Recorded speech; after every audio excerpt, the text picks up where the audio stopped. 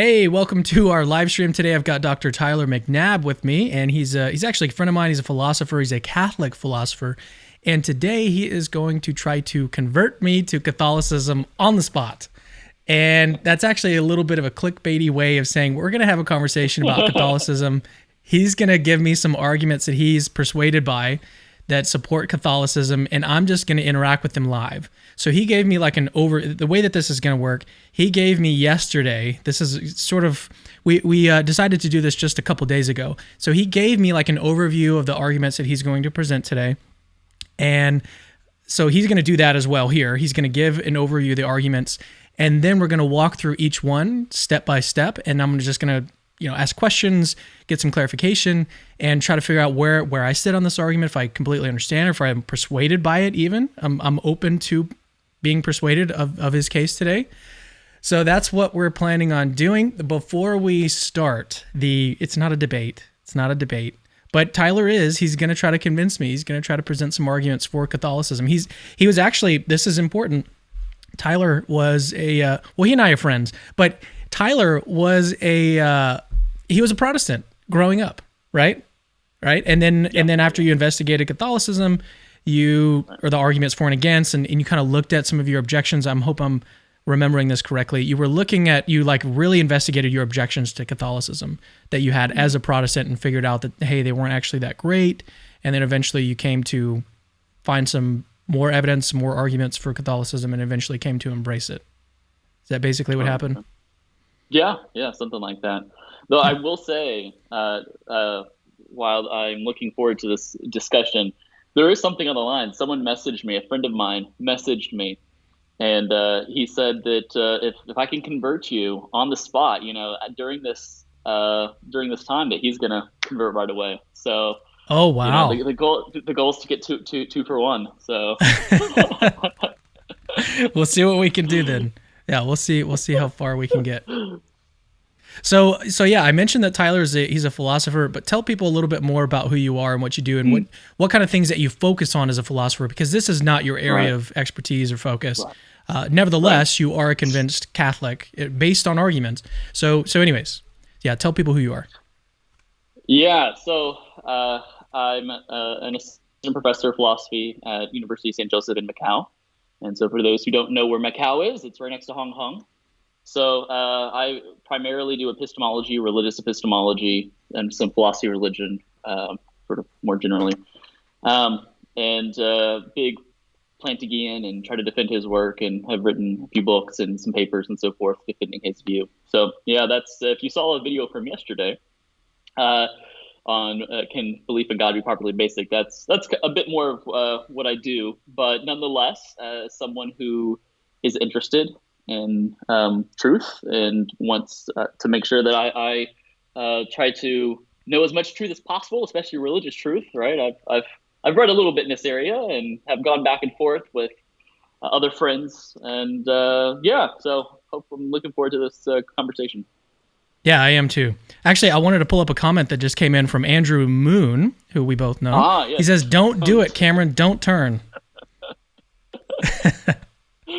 So Andrew, he's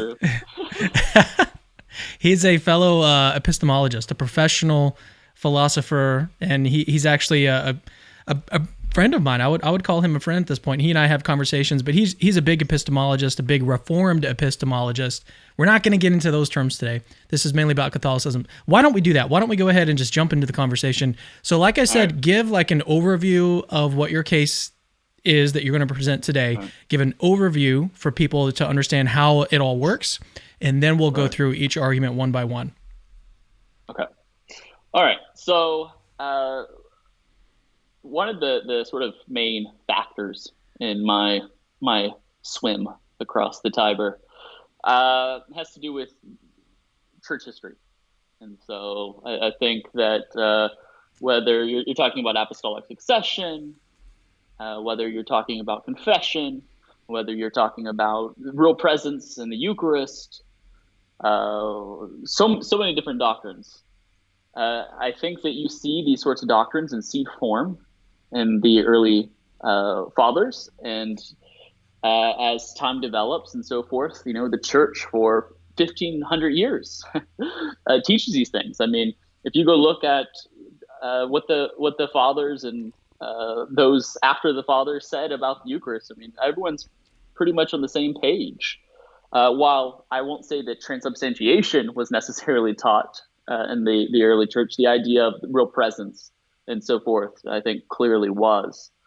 I think doctrine develops. So, like Cardinal Newman talks about how doctrine is kind of like a seed where, you plant it in soil and over time it sort of blossoms into this tree, right? And so the idea is that I think the Catholic Church's doctrines are there in seed form, and you sort of see it grow.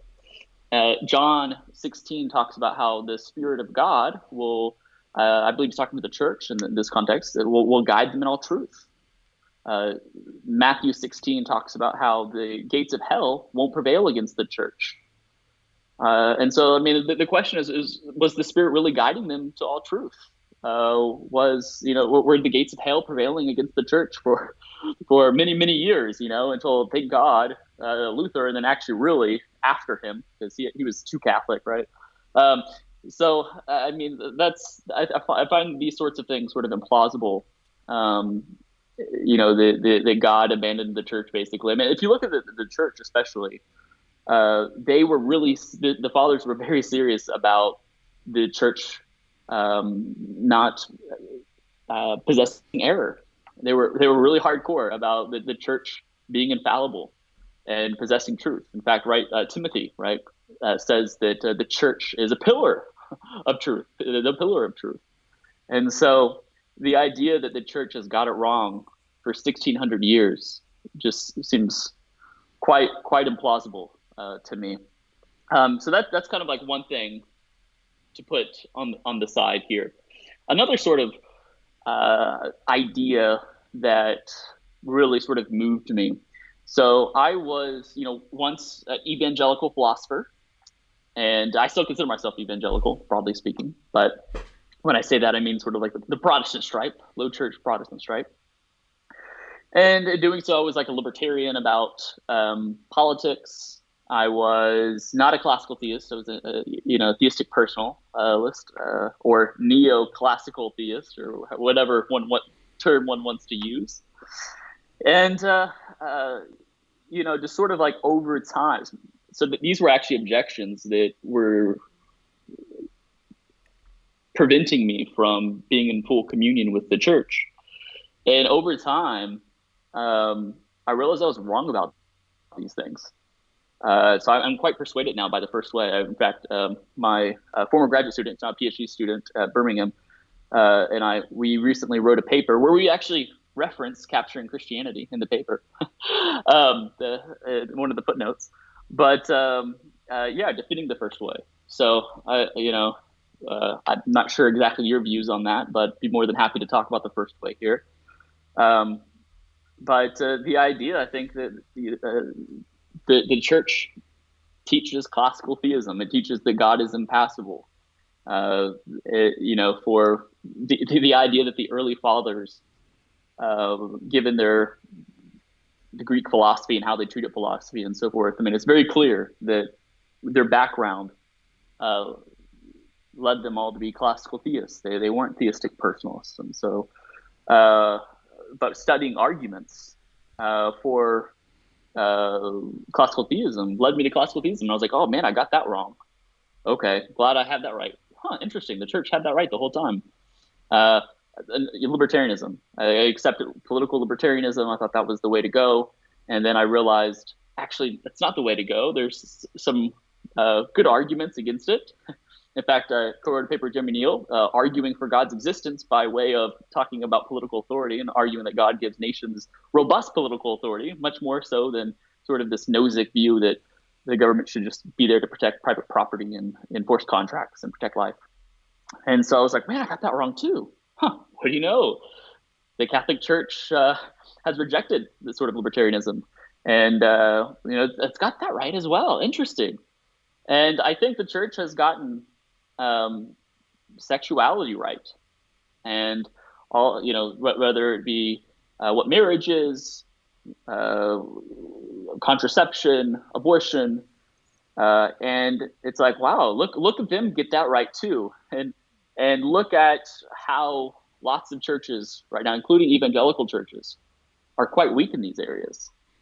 And so I sort of like really thought, you know what, man, being Catholic, that it seems like they've gotten a lot right. Even if I think they've gotten a couple things wrong, it seems like they've gotten a lot right. And so this led me, when I read Linda Zazetsky's work, she has a book on the nature of authority, epistemic authority, and in it, I'm going to give sort of like a very rough articulation. I didn't read this in preparation for this discussion, but the idea is that Dropping the ball, justified.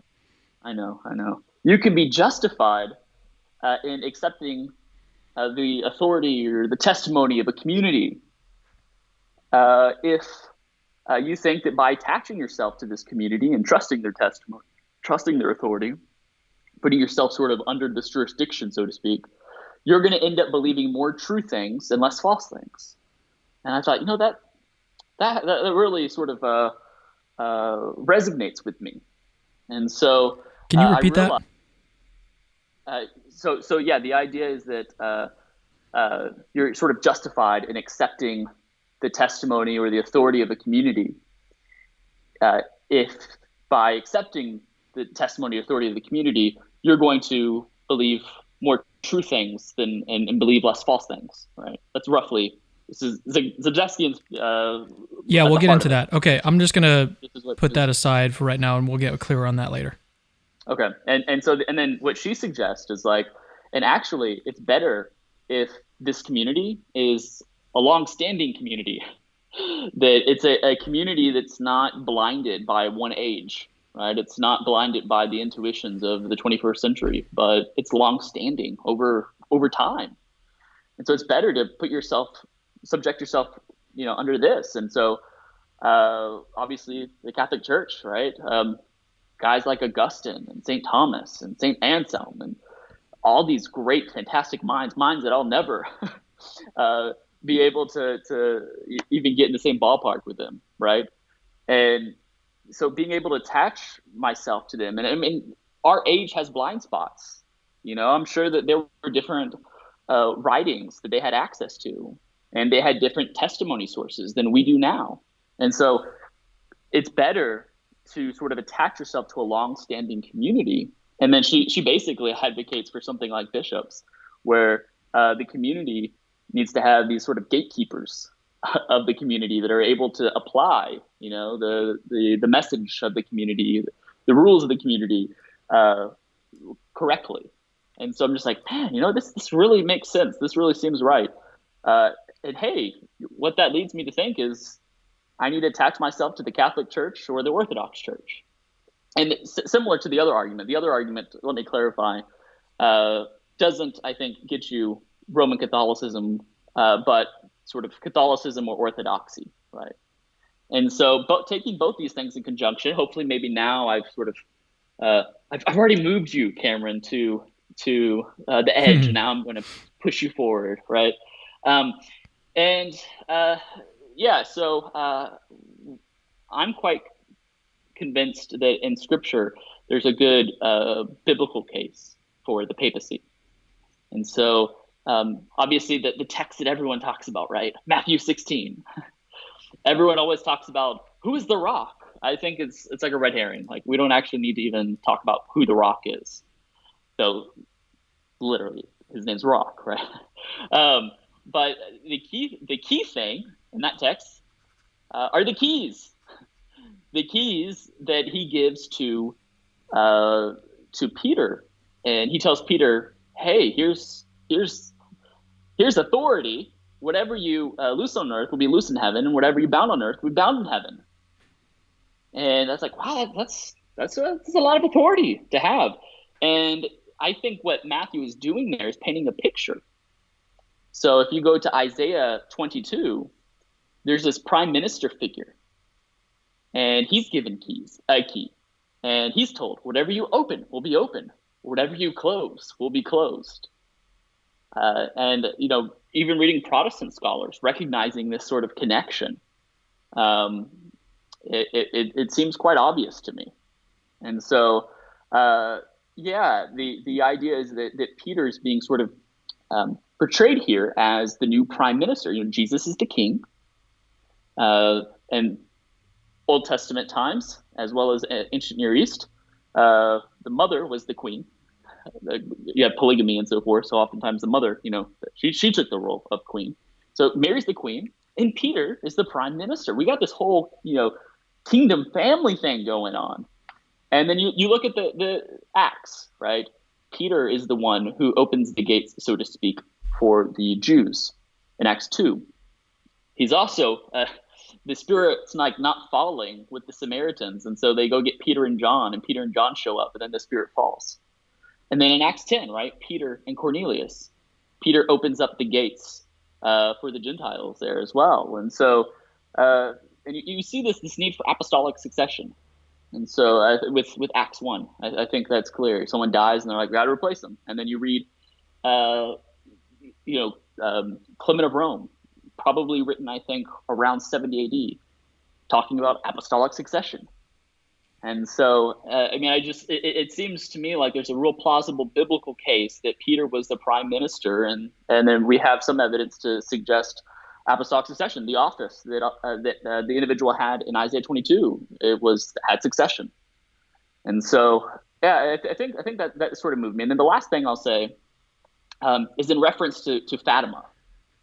And so for those who don't know, there's actually a movie coming out later this month. It looks really good. On Fatima. I actually have a co-authored paper with one of my former grad students. Perhaps he was an undergrad student at the time, Joe Embalato.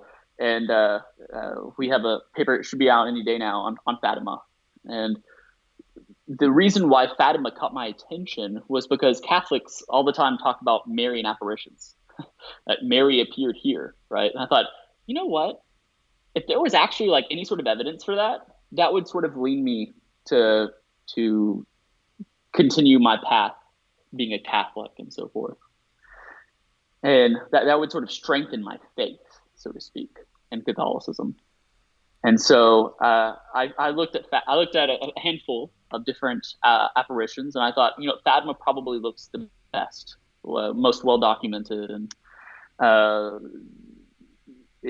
so I turned my attentions to studying it. And for those who don't know, Portugal at the time was in disarray. The government was clamping down on Christianity, Catholicism, and it was becoming extremely secularized. And it was in desperate need of revival. And you have these three kids who have these, Mary appears to them and talks with them, and they start coming to Mary once a month.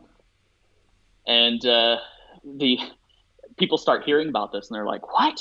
Like, oh, really? Like, these kids are like prophets? Oh, interesting. And they started like flocking to the kids. And this made the government not very pleased. And so they ended up getting kidnapped by the government. And the government ended up saying, okay, you have these secrets from Mary, tell us. And they're like, no. And they basically tortured them, and they threatened them with death. And the kids were like, no. In fact, they were made to believe that their siblings had died. And so, they do go through some torture and kidnapping, and they remain solid, right? I don't know about your kids, but any sort of like little pressure that I put on my kids, and like, are you lying? Because if you are, you're going to be grounded. Like, okay, fine. The pressure really easy for kids, and these kids, they stayed strong, and I think that's something. And then obviously the miracle that occurred, called the miracle of the sun, where the sun or something like the sun. I'm very open to it being not the sun, like some sort of meteorological event. But they said, hey, at 12 o'clock, this particular date, Mary's going to show, and it's going to be like this great sign. And so people all over Portugal gathered 40, 50, 60, 70, 80,000. I think as high as estimated as 100,000. You can see pictures of everyone lined up if you look at it, if you Google this. And it was pouring rain. And right about the time they said that this would occur, the clouds stopped raining. It sort of opened up, right? It moved, and everyone's clothes it was widely reported that everyone's clothes became like super dry really quickly. And the vast majority of people reported that they saw the sun turn colors and move all around to the point where it looked like it was finally coming toward them to hit them. And it didn't hurt to look at this sun or whatever it was. You have sort of taking these things in conjunction. And I mean, I looked a little bit into like, well, how can this naturalistically be explained? There's one hypothesis that maybe they had retina damage. But I've looked at a couple studies that tried to replicate this. And like one study, for example, had 4 people that were looking at the sun. They had to constantly, like throughout the day, look at the sun at a particular time, go through trial and error. And only one of them claimed to have seen what they saw at Fatima. Another, he was actually a scholar who tried to do it himself, and tried to reenact this and try to see if he could mimic it. And by the way, all the 4 of those people got eye damage after doing that. They all suffered eye damage, and so this person he did it. He said that he saw the like sun turn colors, like a dark blue, I think, something like that, but he didn't see it move around or anything. And so, I mean, I think the idea is like, even if it was retina damage, like I'm open to that hypothesis, but the idea that at just the right time, the kids predicted some sort of event would occur that would like make retina damage have retina damage, and the vast majority of people act in this particular way when we know that it's hard to replicate. I mean, it just seems implausible to me. And then everyone's clothes drying up really quickly. And again, you look at the sincerity of the kids' belief. So some people have said, okay, it's not retina damage, but it's a meteorological event. Something happened, and they explained it through meteorology, and again, fine. Okay. I'm definitely open to that hypothesis. That would explain why the clothes got dried really quickly and so forth, and why it looked like the sun was moving, because it wasn't the sun, it was something else. But again, the kids predicted at the same time. And so I think that this provides a little evidence, at least modest evidence, for that this event actually occurred. And if this event actually occurred, I think it does point in the direction of Catholicism, because the Marian apparitions, she was talking about the Sacred Heart and praying the Rosary and like all these Catholic things. And so I do think it points in the direction of Catholicism. So that's sort of like a little, think about Swinburne's inductive arguments, right? Where it's just like, it moves the hypothesis a bit more.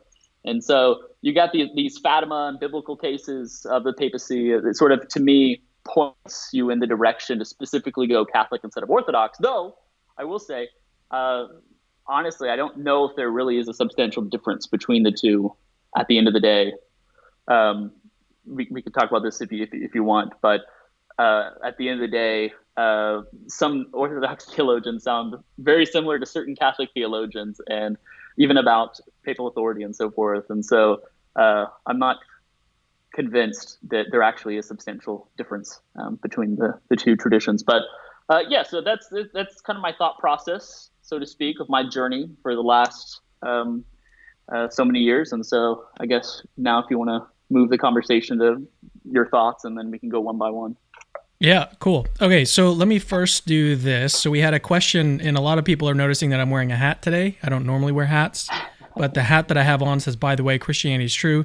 And I designed this actually a while ago, but it just came in, and so I'm really excited to wear it. But anyway, so you can get the hat. I actually pinned it in the live chat, but if you're not watching this live, you can actually just scroll down, and I have it pinned like the first thing that you see in the merchandise section on the video.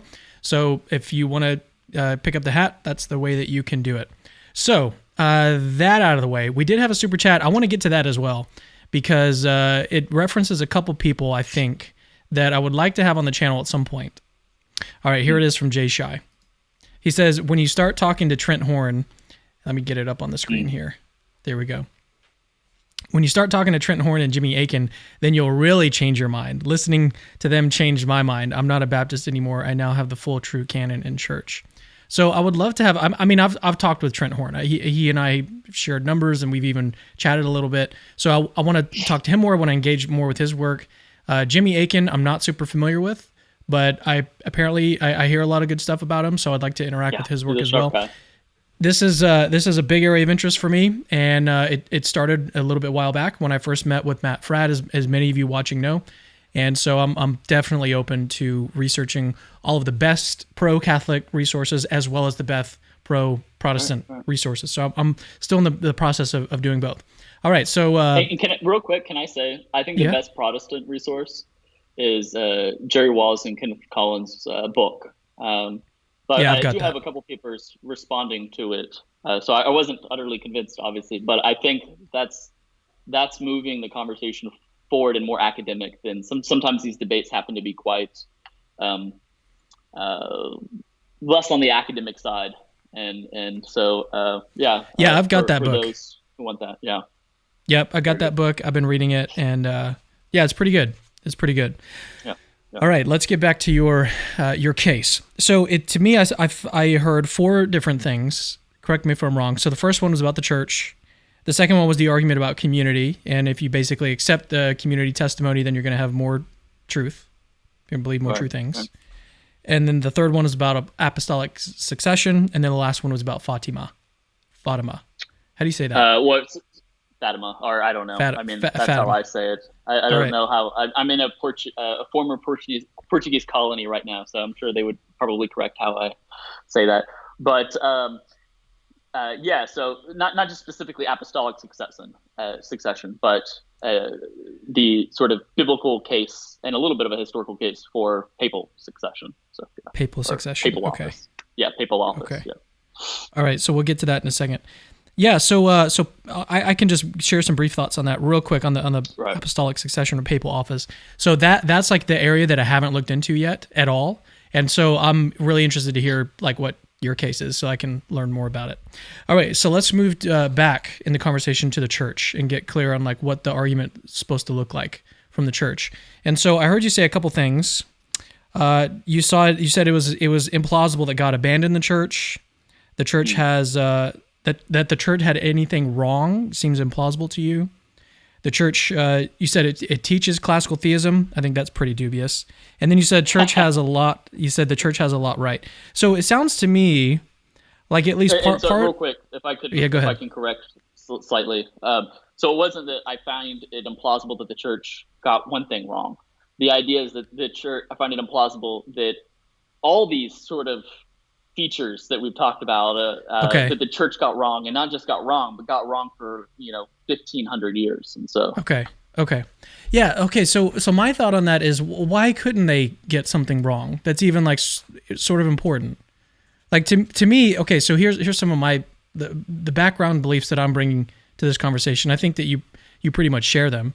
Is that humans are in general fallible, and you even think that you think.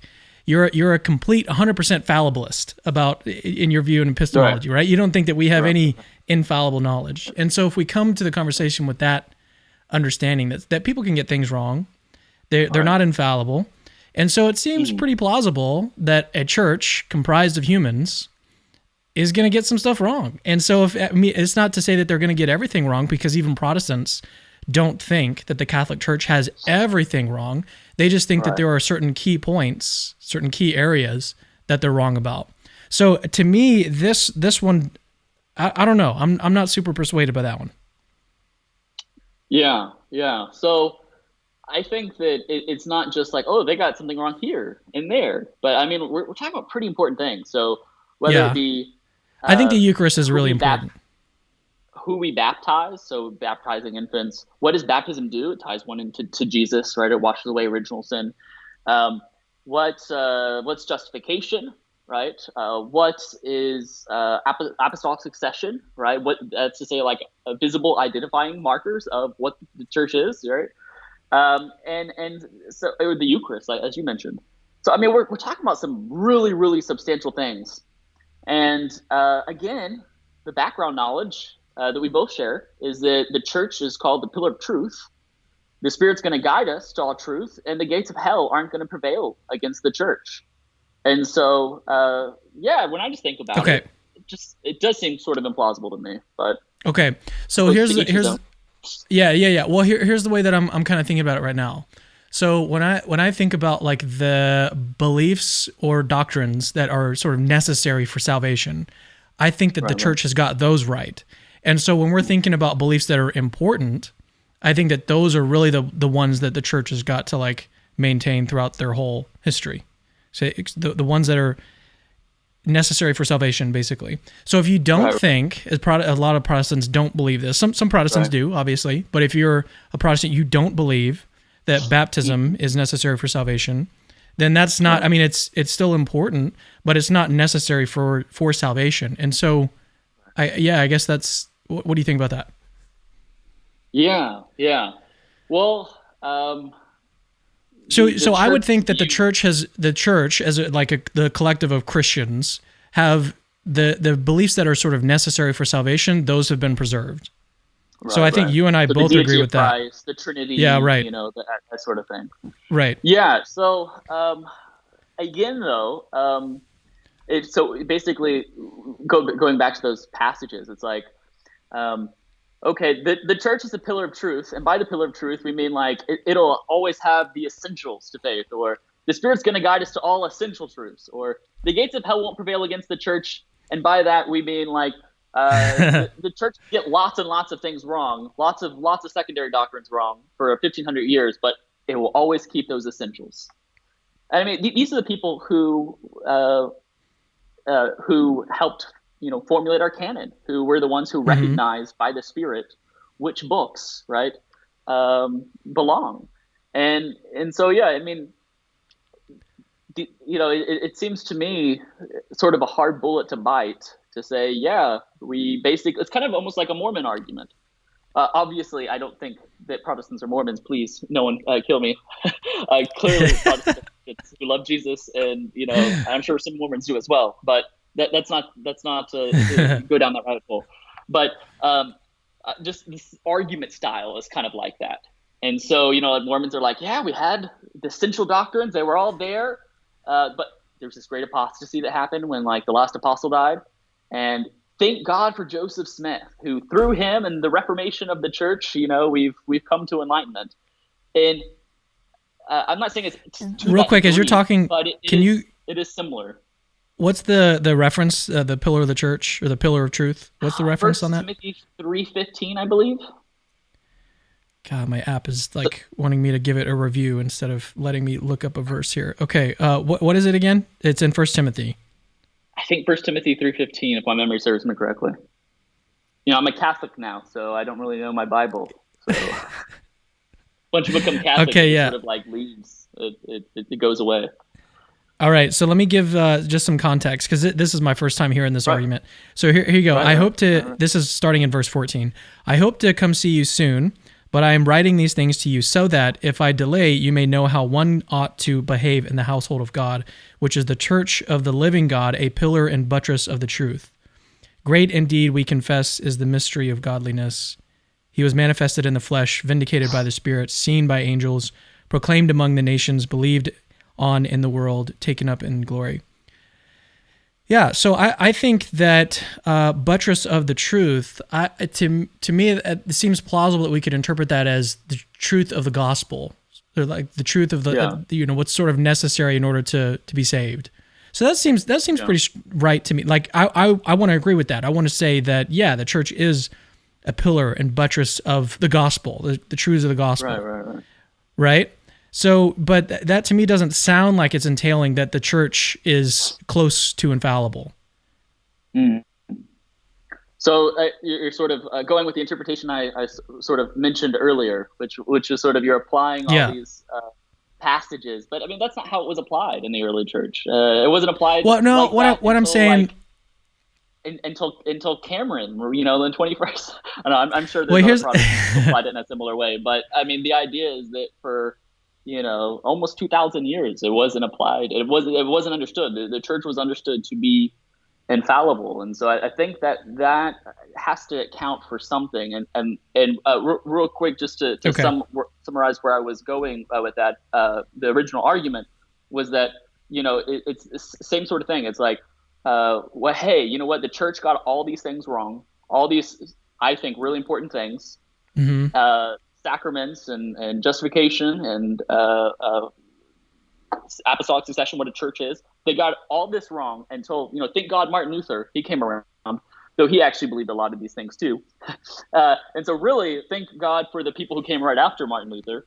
And now, because of historical biblical criticism and because of ways and how, the way we perfected biblical systematic theology and the tools that we have using the historical critical method, now we have the truth. And that just doesn't rub me the right way. Yeah, I don't want to get too hung up on just this one word, like pillar of truth, or like because it is a metaphor, right? A pillar of truth. It's not like a foundation or like a cornerstone of truth. It's still just a sort of pillar. I think that kind of narrows it down a little bit.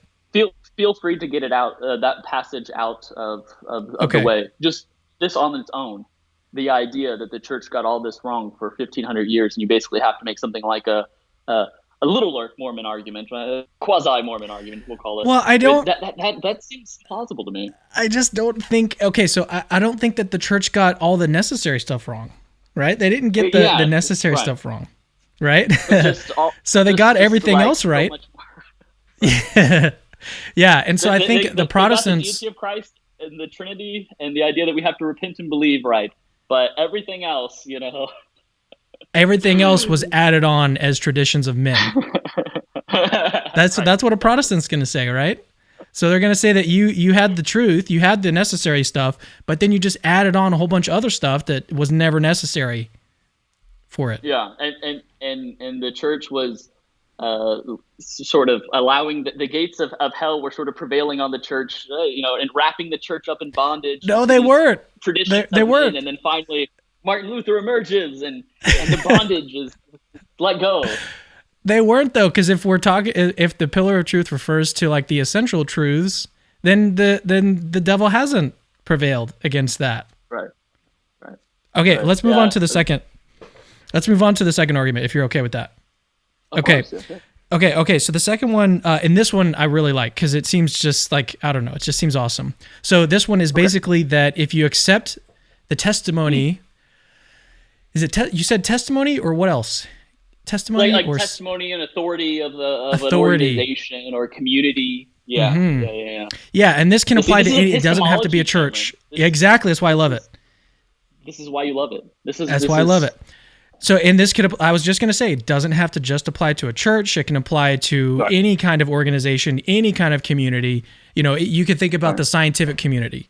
Okay, let's focus on that. Exactly. Yeah, the scientific community. Like, I'm not going to get a lot right by myself on, quantum mechanics and relativity. I mean, I need to tie myself to a body.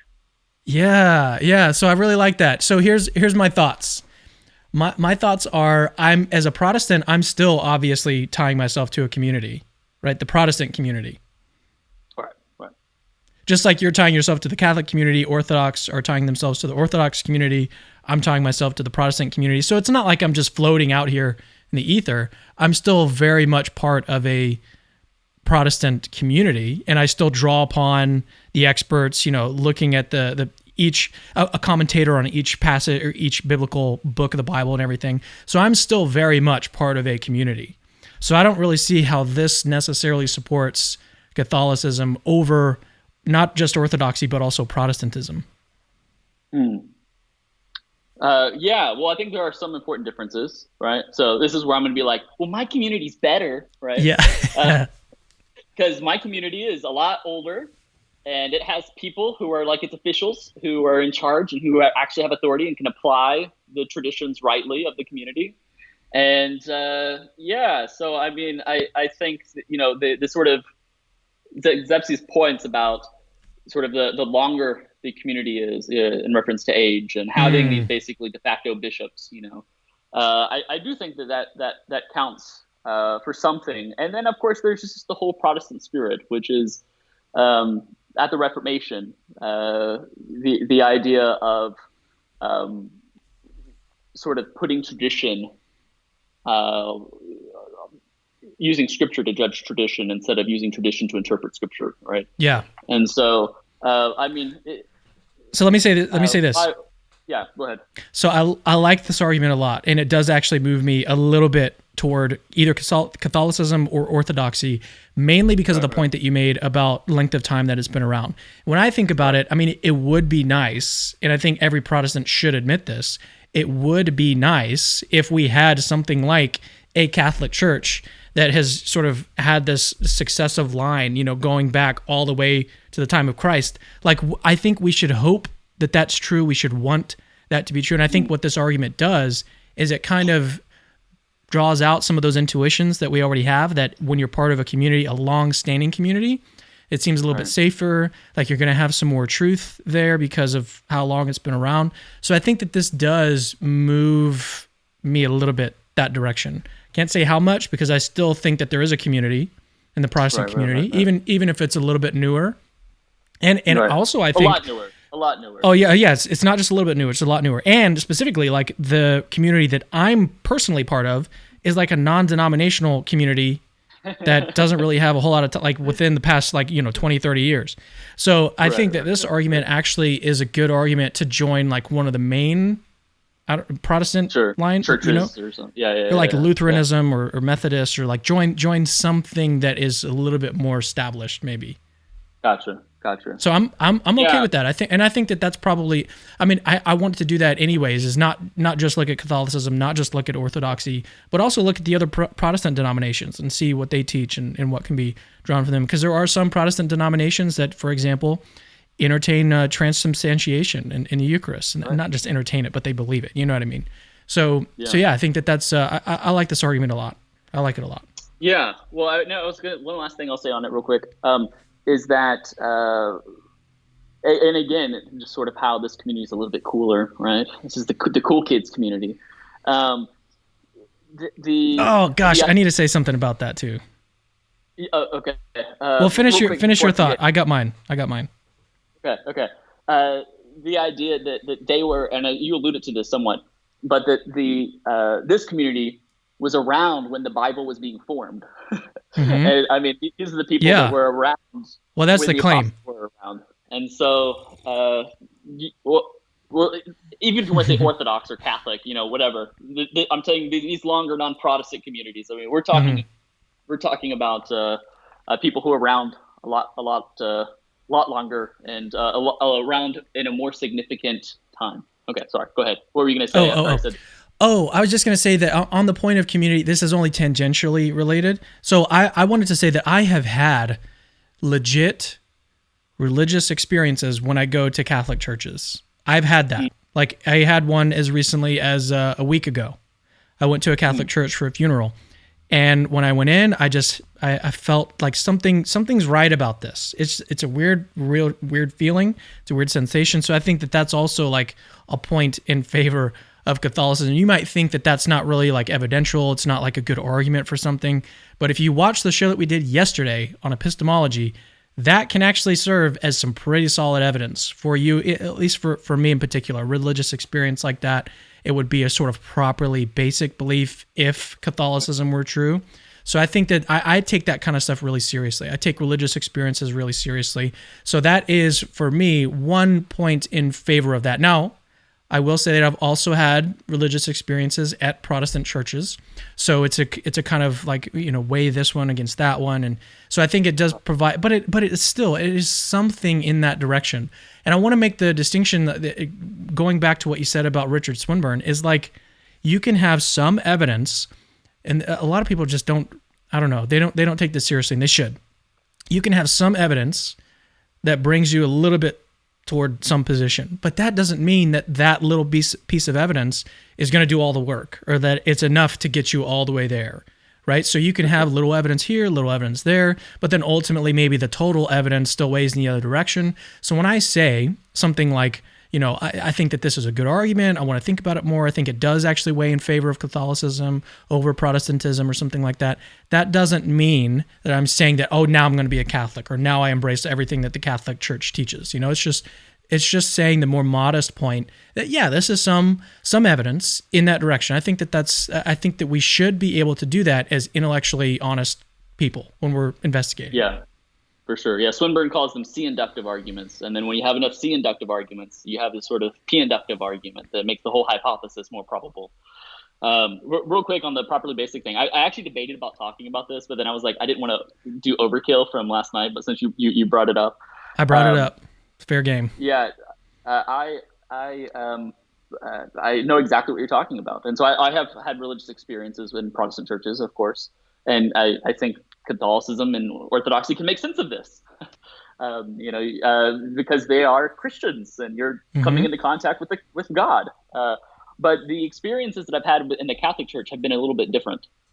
Not just like, oh, I feel close to God or God loves me, but like finding myself disbelieve that, like, yes, the Catholic Church is, to use a popular phrase, the one true church. Like I've had certain seemings that have led me to affirm this proposition. There's just something like mystical and beautiful about it, where it just leads me to think that. And so, yeah, I obviously think that's totally part of my own warrant and my own warrant makeup. And I think that for lots of people that's totally appropriate and fine. Yeah. And I also want to say this, like, I've had these religious experiences even at a time when I was not open to Catholicism at all. Like my wife and I did a trip to Italy a couple years ago for my 30th birthday. And we went and visited a whole bunch of Catholic churches just because they're so freaking beautiful. They're so beautiful. Right. And so we go in here, and I'm not open to Catholicism at all at this point. I'm not thinking about it. I'm not debating about it. I'm not like, oh, let me think about all the arguments for Catholicism and for Protestantism and weigh them all. And that was not happening for me. Yet I was going into these churches and thinking, man, there's something about this that is like pulling me and like drawing. It's a weird. So I was kind of, one person could say, oh, well, Cameron he's so open right now to Catholicism that of course he's going to go and have these experiences when he goes into a Catholic church, right? And I think that I was even thinking that about you when you were saying that you've gone to these Catholic churches and had these experiences. But I've had these experiences when I was sort of hostile to Catholicism. Right. So you can't, I don't think that you can use that as an argument against it. It's not that I was actively seeking it and trying to have these experiences. It just happened, and I'm just noticing it. I'm observing it. So anyways, I think that's something that definitely needs to be. Yeah, and it needs to be taken into account. A good, Can you see that? Yes. I have this, I have this for you. Very, very good. Love it. Good epistemology covers a multitude of sins. Okay, let's move on. Let's get to the apostolic or papal, the office and succession and stuff. Okay. So I want to hear more about your view on that, because as I said, I'll reiterate one more time. This is one area that I have not done any study on, and so I'm just, I want to hear what you have to say. So let's spell that one out a little bit more. Sorry, I'm pulling a Marco Rubio and drinking something as I'm about to give a speech. So as sort of mentioned earlier, if you look, so before I became a Catholic, I bought into what's called Canonical Theology, and people like Brever Childs and John Sandhammer, they're theologians.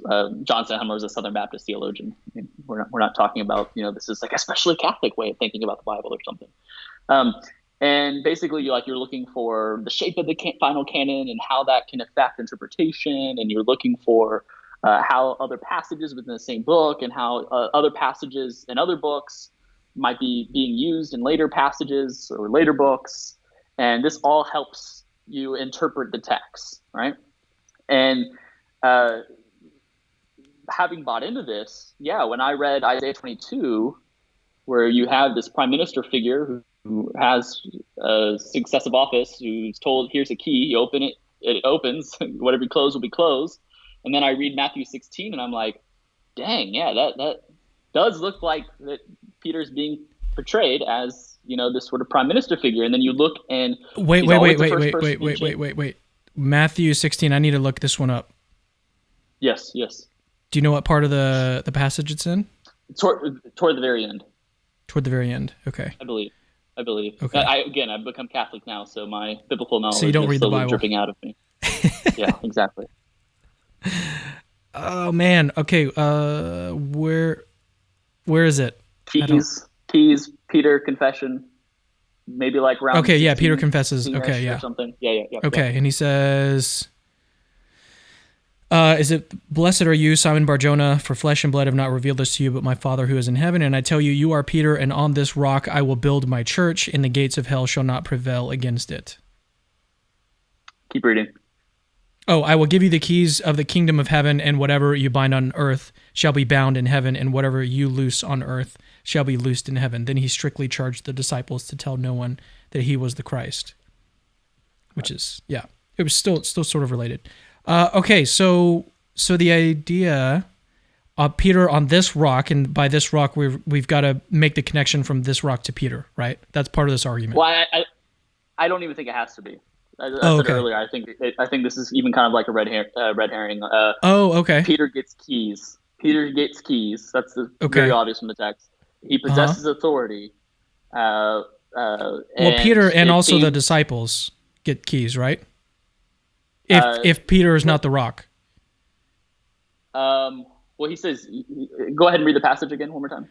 Okay, and I tell you, you are... Very end, the very end. I will give you the keys of the kingdom of heaven, and whatever you bind on earth shall be bound in heaven, and whatever you loose on earth shall also be loosed in heaven. By the way, that reference is verse Matthew 16, 17 through 19.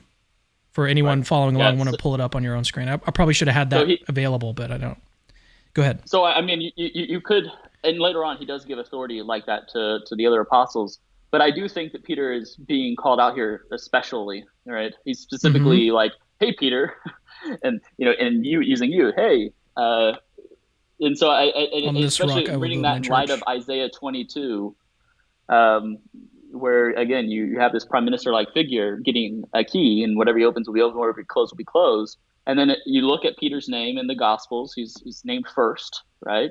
You look again at Acts 2, Acts 8, Acts 10, where the sort of each people group, so to speak, the Jews, the Gentiles, the Samaritans, they're all coming in. Peter's there in every single case. So, I do think that there's sort of this, and again, taking the idea of apostolic succession from Acts 1, and someone is writing as early as roughly 70 AD, Clement of Rome, talking about the apostolic succession. Like, I think that you can have some justified inferences here about the papal office. And so I don't. Want me to tell you the best argument against? Sorry, go ahead. I was just going to say, and yeah, you can just give me the best one. I was just going to say, it seems like it may be a little evidence, but it just doesn't seem very much at all. Like, it's still a very big leap, I think, to go from Peter was like this prominent figure in the early church, the very early church, to therefore, apostolic succession.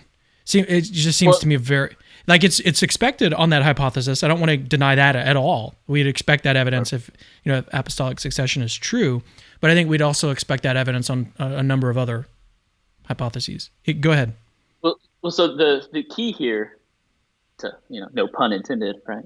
The key here is, I think, the Isaiah 22 passage, because if Matthew is trying to portray Peter here as this new Eliakim, then I think Matthew is sort of conveying a stronger story, so to speak. Isaiah 22, where is it in 22? Look for like Peg.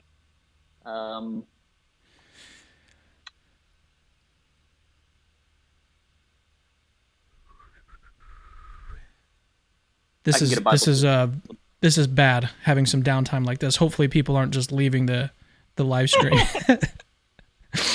Isaiah 22. You can find it. Yeah. So, I mean, actually, I'm not. Oh, I see takes it. one where he's I like, found it. Peg. okay, yeah. And I will place But on his shoulder the key of the house of David. He shall open and none shall shut, and he shall shut and none shall open. And I will fasten him like a peg in a secure place, and he will become a throne of honor to his father's house. Right? Is that what you're referring to? and then upon him will hang the load of his father's house, offspring, descendants, and all little vessels from bowls and jars. And then he ends up talking about how he's going to end up cutting off the peg eventually, sometime, some years down the road. He'll cut off this office, so to speak. And so, I think there is a connection here. I believe it's Kostenberger recognizes this connection as well. I mean, eminent, prominent Protestant scholar. I think that this makes it stronger. That Peter is sort of a special role, and you take that in conjunction with the Acts 2:8-10. You take that in conjunction with Peter's name constantly being named first. I do think that there is this specialty thing going on with Peter, and he has a distinct office. Yeah, so I still think that like even a specialty, like if he has some special office, I think that's true on a number of different hypotheses. Like a pastor of a church has a special office. A pastor of a Protestant church has a special office. He has a special office that's kind of like a prime minister. Sorry, let me clarify. Given the Isaiah 22 context, tell me what a prime minister is. Kind of like he's not the king, right? Jesus is the king, right? No king but Christ, to echo Protestant reformers. Amen. But the idea is that you sort of have this representative of the king, or he's working in conjunction with the king. Okay. On legislation, and that. See, but that's kind of the idea. Okay, in conjunction with the king. Yeah, I still don't see the connection between that and like the apostolic succession, because I mean, pastors are still sort of working in some sense, maybe not as deep as like a prime ministerial role, but they're still working in conjunction with Jesus, I think, to sort of teach the body, feed the body, in certain ways. So yeah, I think that there's still, I don't know. This seems more than just like, hey, I'm leading this 100 people to Jesus every Sunday. It seems like this reference to Isaiah 22, and again, his name always being mentioned, and him kind of needing to be there for the Samaritans, the Jews and the Gentiles. It seems like there's something stronger going on than just. Well, I think that having an office like a pastor. Well, I don't want to downplay the role of a pastor here. I think that pastors do really important work, right? I don't think that we're want to just say, oh, well, all they do is lead people to Christ. I think that's really important. But also, I think that there had to have been, we would expect something like a Peter in order to basically evangelize and get the word out that Jesus rose from the dead. There had to be certain people in place in order to make that happen. So we would expect that even on, if this is a really important message, we've got to get this out. There's got to be certain people in charge and certain things happening in order to make all of it work, in order to share the gospel, basically. So I think that there would be precedent for that, even if apostolic succession was false. There'd still be precedent for that, for a special role like Peter. Yeah, no, I don't think you would expect Isaiah 22 on that, and I do think that that kind of the idea of holding keys and the idea of Isaiah 22, I think that puts it sort of a notch up. Perhaps our intuitions aren't the same here, but definitely for me, that's where I have been inclined to.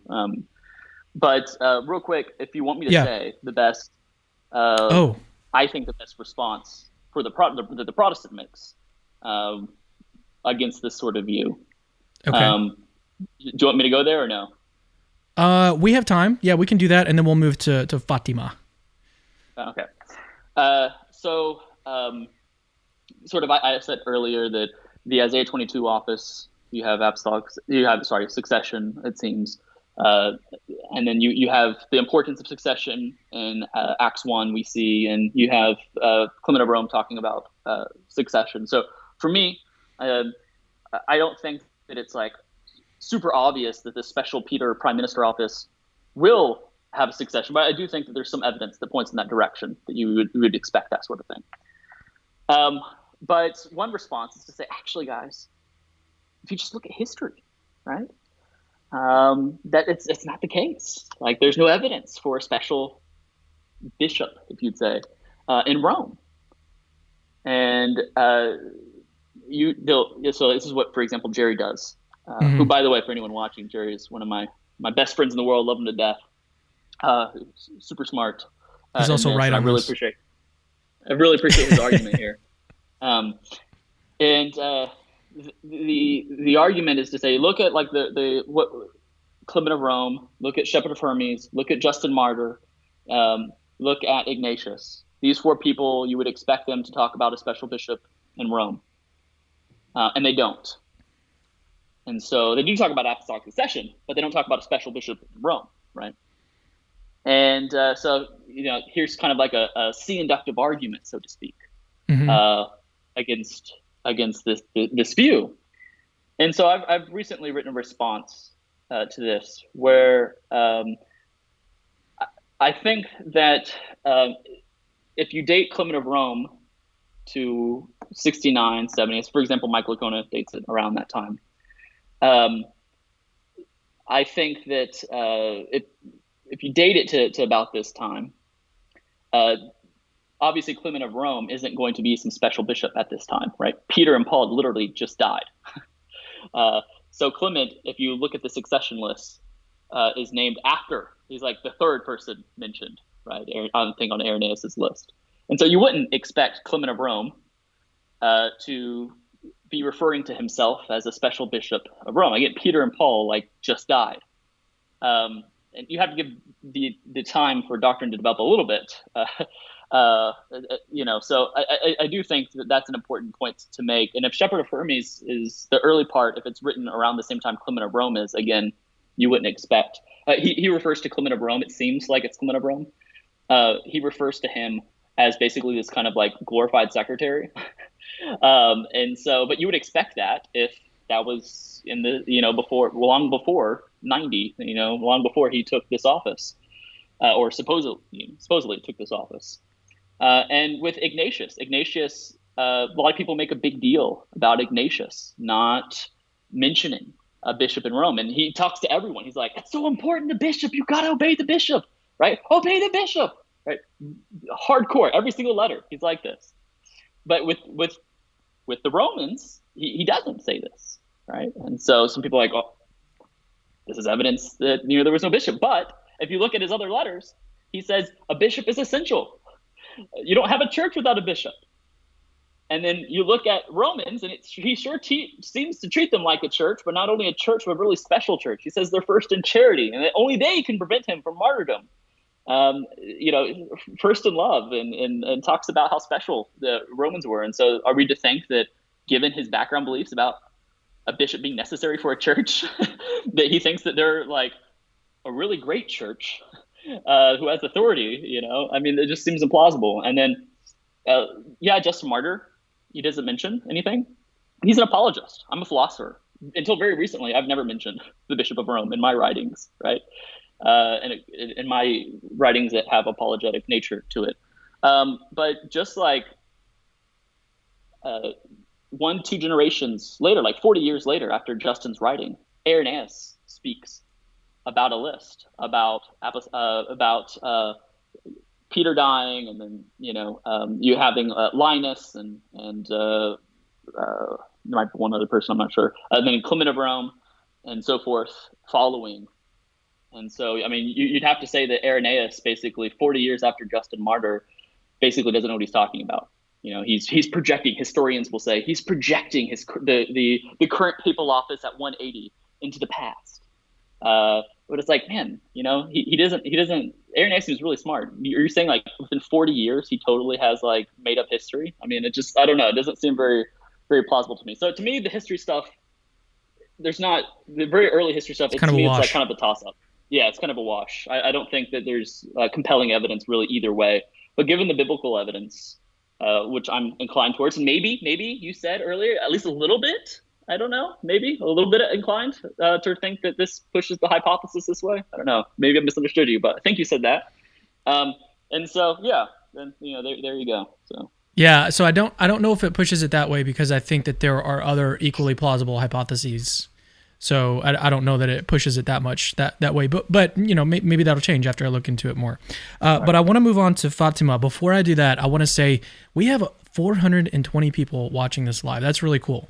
But we only have 180 likes on the video. So why don't you guys give it a little thumbs up? It helps us with the analytics and stuff, gets the video out there more so that we can get more exposure and everything. Also, if you're watching this and you haven't subscribed to the channel and you're interested in this type of content, I want to make that clear too. If you're interested in the type of content that I produce, apologetics, and also, as of late, more theological disputes, Catholicism versus Protestantism, we'll eventually get into some Eastern Orthodox. I'm sure we'll get to that eventually. But if you're enjoying this type of content, subscribe to the channel. Only if you're interested in this content. Don't subscribe if you're not interested, because then you're going to get notifications and you're not going to watch any of the videos. So don't do that. It's actually going to hurt us in the long run. But if you like it, then subscribe. It's a free way to help the ministry and support us. And thank you in advance for doing that. All right, let's get to the last one, Fatima. Yes. So I heard you basically give out the story or the miracle. So I don't think we need to go over too many more of those details. Right. I need to look more into it. My question is, what role does Mary play in all of this? Because so the boys were, how does the story go? The boys were talking. Mary was visiting them. Two girls and a boy. Two girls and a boy. So okay. The oldest one was a girl. Yeah. So okay. Lucy. Yeah. How old were they? I want to say like they were around, like the oldest one I think was like 9 or 10. Okay. Something like that, I think. Okay. So they were younger kids. And so they were claiming that they were visiting with Mary, and Mary was revealing some stuff to them. Right. Okay. And so do you think that this was like a vision they were having? Stuff, very Catholic stuff. And they grew up in a Catholic, that's the context, right? They were Catholic. For sure. Yeah. So do you think that Mary was there physically, or do you think that it was a vision they were experiencing, or what do you think was that?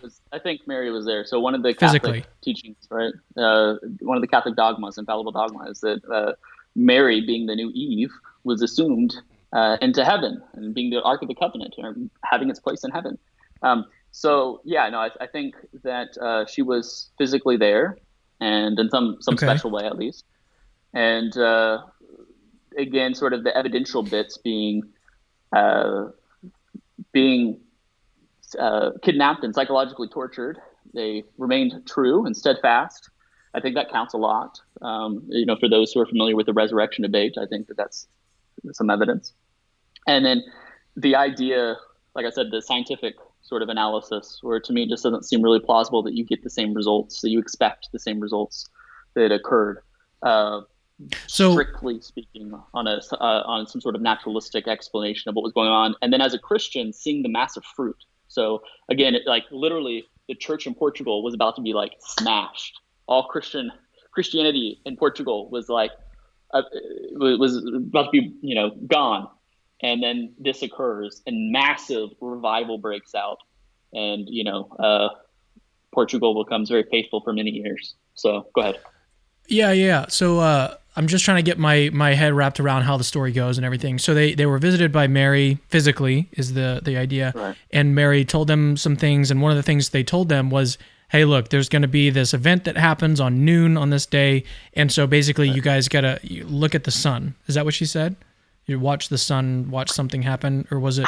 Honestly, I'm a bad Catholic here, and I have a paper written on this, but I can't recall exactly what those details, just those specific details.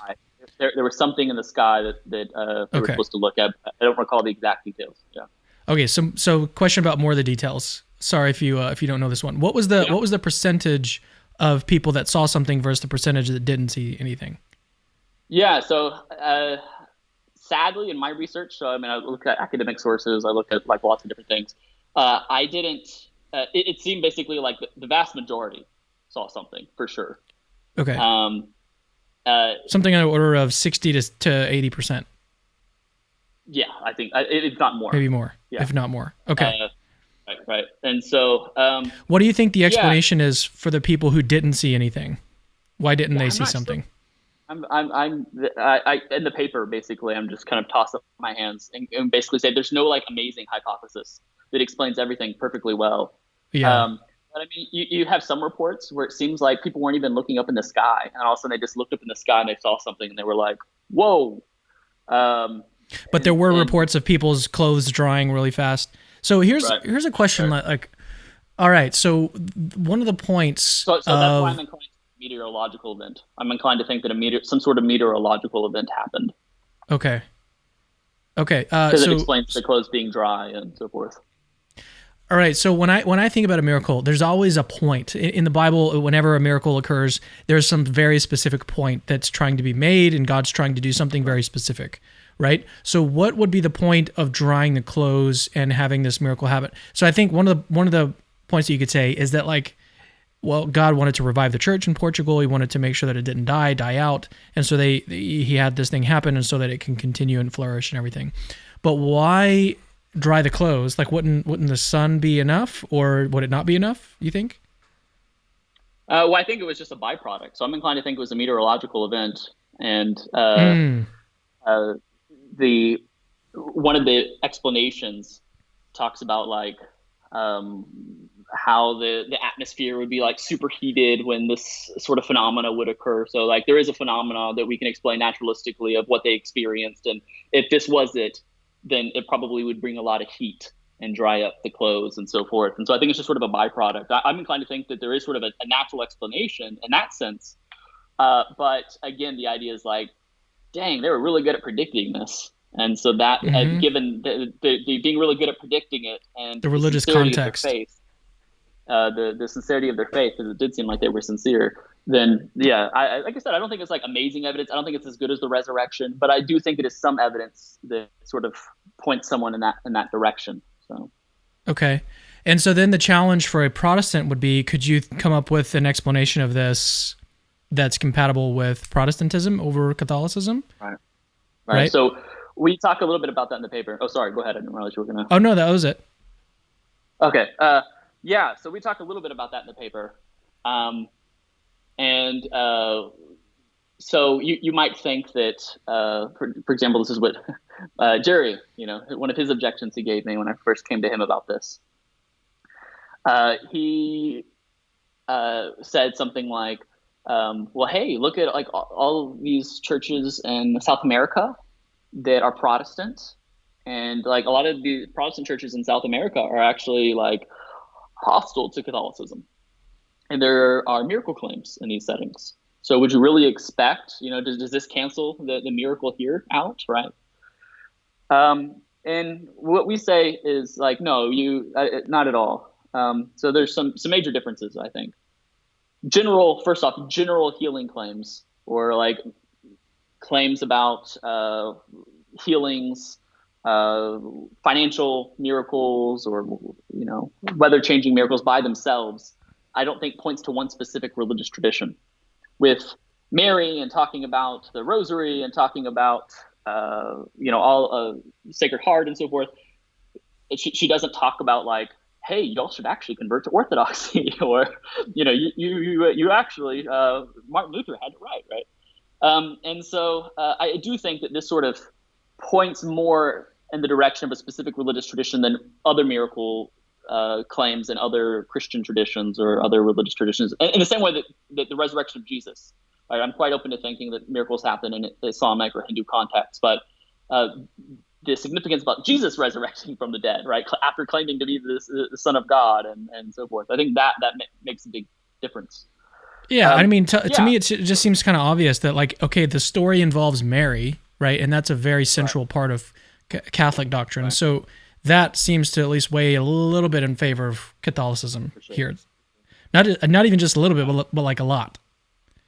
Some people think that some people that I've talked with chop it up to demonic activity, and I'm like, well, dang. So the devil was interested in having robust revival in Portugal, and like as like uh, you know um, Christianity was being outlawed, like the devil was like trying to persuade everyone to not do that. I mean, that seems implausible. But I have heard that from a couple people. who will remain nameless, but are respected academics and so forth. So I do think there is actually something here. I think there's something here that Yeah. people oftentimes overlook. I think the weakest point that I've articulated thus far was obviously in reference to not being able to explain why there were some people, some small percentage that didn't see everything or didn't see anything at all. I do think that's the weakness, but I think the other hypotheses have more weaknesses. And so like I said, I think it's just some modest evidence to point one in this particular direction. Mm-hmm. Yeah, I would say before I could agree with that, moving me that direction, I would have to look into more of the details myself. But to kind of summarize where we've been today and to kind of wrap it up, and also I want to try to get to some questions because some people have sent in some super chats, and I want to get to those before we close this one out. But just to kind of summarize where we've come and what the conversation has looked like, we talked about the role of the church. That argument from Tyler didn't move me a whole lot. But the one from the community, having more truth, that one did move me a little bit in the Catholic direction.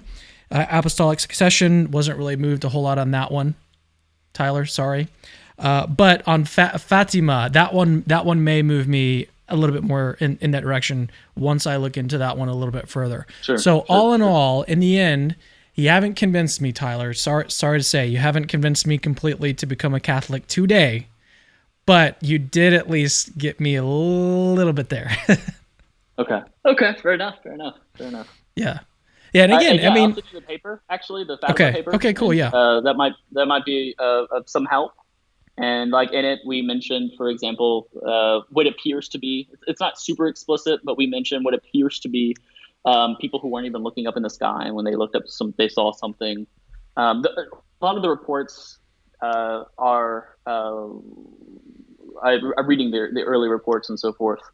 A lot of the reports were quite positive on what they saw and something occurring. And I was surprised by how few reports that I came across that sort of wasn't compelling. Where they didn't see something, So yeah, anyway, I think there's something there that deserves at least an investigation. Yeah, and this was fun. It was fun to look at something like that because I was not expecting to look at like a miracle claim as something that supports Catholicism. But nevertheless, I think it was really fun to think about, and I want to look more into it now. Especially because you said that there's a movie coming out, right? Right. Yeah, August 28th, I think. Wow. And it'll be on demand in theaters and then also on demand. Someone wrote a paper. I can't recall who. Might have been Travis Dumsday. I don't recall. In a Philosophia Christi issue sometime while back, where on ramified natural theology, where basically the person said, whoever it was, said that the Orthodox and Catholic tradition are sort of in a better epistemic position because they're the doctrines that they espouse, like about the real presence in the Eucharist, and obviously there's lots of people who've said that they've experienced God in the Eucharist, and miracles that occur once they partake of the Eucharist, or Mary being such a significant role in these traditions. The idea of Marian apparitions, and so the idea is like if you're going to use the resources of natural theology, and it's going to point in a direction. He doesn't say that it's going to point in this direction, but they have a higher potential, so to speak, to point one and that direction. And real quick, also, I was going to say, you seem to also say that the properly basic bit maybe moves you a little bit in that direction. So I just want to clarify, that's three things. Okay. Fair enough, Tyler. It does. Yeah, that one does move me a little bit. Okay, so here's Truth Seeker. He has a question for you. He's about to bring you away from Catholicism. Did anyone at the Council of Nicaea believe in the bodily assumption of Mary? If not, then how do we know that doctrine goes back to the apostles? Right. What are your thoughts on that? Yeah, so great question. There is early evidence in reference to the assumption of Mary. It's not as early as these other doctrines that I've talked about. But the assumption of Mary became dogma through a papal declaration, a papal declaration in the 20th century. And the theology behind that, I think, actually was believed very much so, very early on. So you have Justin Martyr, I believe maybe Irenaeus, referring to Mary as the new Eve. So if you look at the Gospel of John, right, it echoes back to Genesis. The Gospel of John says, in the beginning, right? So does Genesis, right? You have this light and darkness imagery. You have days in John 1 through John 2.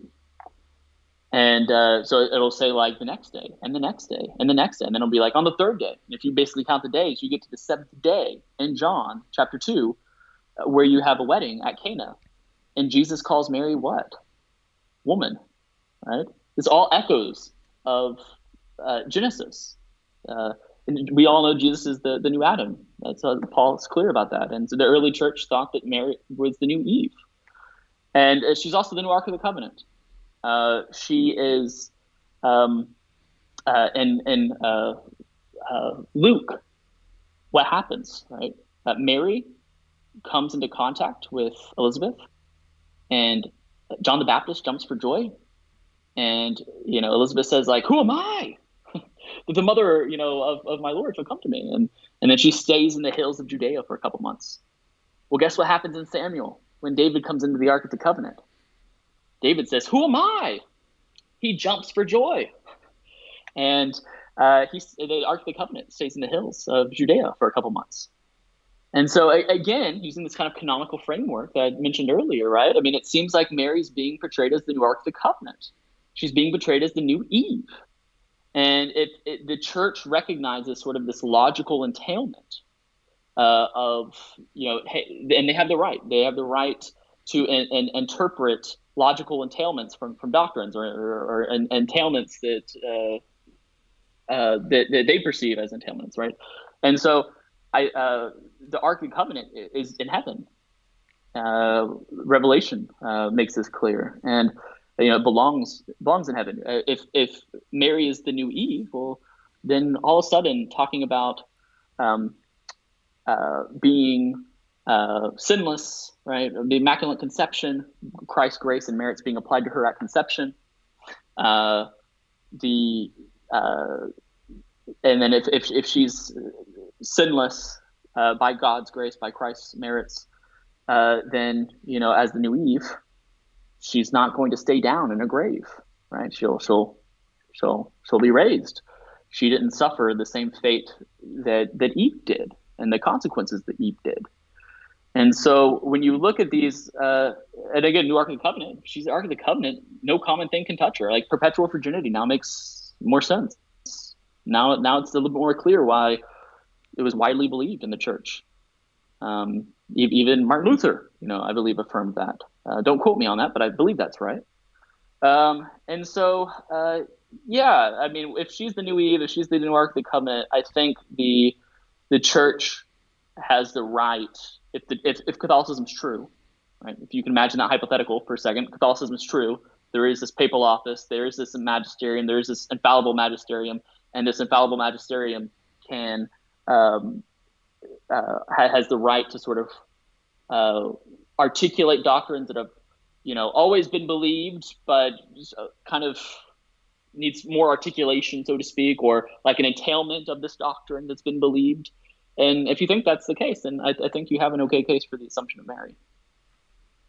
All right, I'm not going to come back on that. We're just going to try to get through some of these questions that have been sent in. Sure. So here's a question from Paul Rimmer. And so thank you guys for sending in super chats. Really helps us out, really helps out the ministry. So Paul says, have you read Stanley Jacqui's book, God and the Sun at Fatima?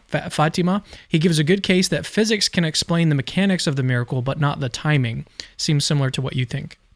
Yes, I quote him frequently in that paper that I mentioned, and that's exactly the view that I lean toward. Yeah. When does that paper come out, or is it already out? No, it should come out any day now. Out any day now. I've already done the proofs and everything. It should come out sometime soon. So, what is the goal of your paper? You argue that it's evidence for something? It modestly points to Catholicism. I think we even call it like a modesty inductive argument, something like that. Interesting. All right, here's another question from Tyson Guess.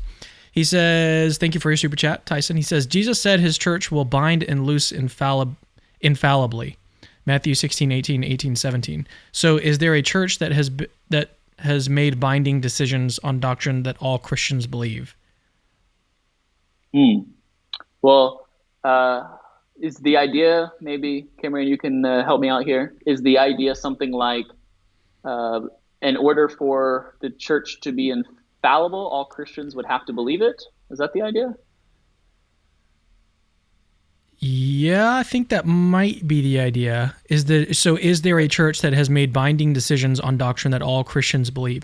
So that could be like an inference of what he's trying to get at, but it doesn't necessarily follow from that question at all. That's what that means. Doesn't follow. Okay. Like suppose we said no, there is no single church that has made binding decisions on doctrine that all Christians believe. But so what? That's not what the doctrine says. There's a difference between making infallible proclamations and everyone believing that infallible proclamation, right? We think that God has uttered or commanded or whatever you want to say. God is infallible, but not everyone believes that God exists. Not everyone believes everything about all true things about God. But that doesn't mean that God is not infallible. Do you have anything to add, or is that it? I think we agree, right? Yeah. No, we agree on that. Yeah. Doesn't really strike me as a problem necessarily for Catholicism. Right. Yeah. And I mean, especially if you take the early struggles seriously, right, where you had like Arians, the Arian controversy. Are we going to say that the decision at Nicaea isn't infallible? The idea that Christ, isn't God, just because there are people who were baptized and Christian by baptism, but yet they didn't accept that decision. So. All right, I think that's going to do it for us today. So we could probably talk about this for another couple hours, but you've got to get some sleep. We have a Rockets game to watch that's going to come on in just an hour or so. So we've got to end this regardless. But thanks, Tyler. This has been awesome. This has been a lot of fun. I really, really like the argument from the community argument equals more truth. That's the way that I wrote it in my notes. Community equals more truth. I really like that one. So I'm going to have to think more about that one. But yeah, thanks for coming on. It's been awesome. Awesome stuff. Cool. All right. I think I already mentioned in the previous show, but let me mention it now. So if you want to find out more about Tyler's work, he has a website. What is it? You changed it recently. Is it just tylermcnabb.com? Well, no, so tylermcnabb.com is my sort of professional philosophy website. Just kind of has my academic papers and some videos and so forth. But the new thing that I started with Mike DeVito, furtheringchristendom.com. Various videos that we're making on a regular basis, bringing in different philosophers where it has frequently, and having some other material and so forth. Different guest posts about philosophy of religion. If you're sort of wanting kind of like up-to-date philosophy of religion news or hot takes or something like that, then you might be interested in that. So. What's a interview that you did very recently that people might be interested in? Yeah, so I mean, we had one with Kelly James Clark talking about cognitive science and how if there's evidence for the sensus divinitatis or something. We talked with Christopher Kazar on abortion, and I think persuasively his arguments are very persuasive that abortion is killing a human person, and Tim Paul on Christology. So yeah, I mean, we tomorrow we're talking with Mike Licona on the resurrection. So. Maybe some people will find these interesting. Hopefully so. Yeah, I think so. So give the name of it one last time. Furtheringchristendom.com. Furtheringchristendom.com, but then also you have a YouTube channel. It's called Furthering Christendom? Yeah. Right? So if you search for it, you can find it. Be found on the website. Yep, and I'll also provide a link to it in the description of this video, so you guys can just click on it, go into the little description box, and just click on the link if you want to go get his stuff. So yeah, so one last time, thank you so much, Tyler, for coming on. It's been really, really cool. We'll see you guys later in the next Capturing Christianity video, which I don't know if the next one's going to feature William Lane Craig, but William Lane Craig will be on the channel again very, very soon, responding to Rationality Rules on his response to William Lane Craig's argument from Mathematics for God's Existence. So don't miss that. Don't miss all the stuff that we have coming up down the pipeline. Subscribe to the channel, like I said. Support us over at patreon.com/capturingchristianity. A link to that is in the description of the video. helps keep us running, keep the doors open. We don't have necessarily any doors. Metaphorically, it keeps the doors open. It also helps feed my family, my 2 very small children. So thank you guys for that in advance. Patreon.com/Capturing Christianity to support the ministry. And we'll see you guys later. Until next time.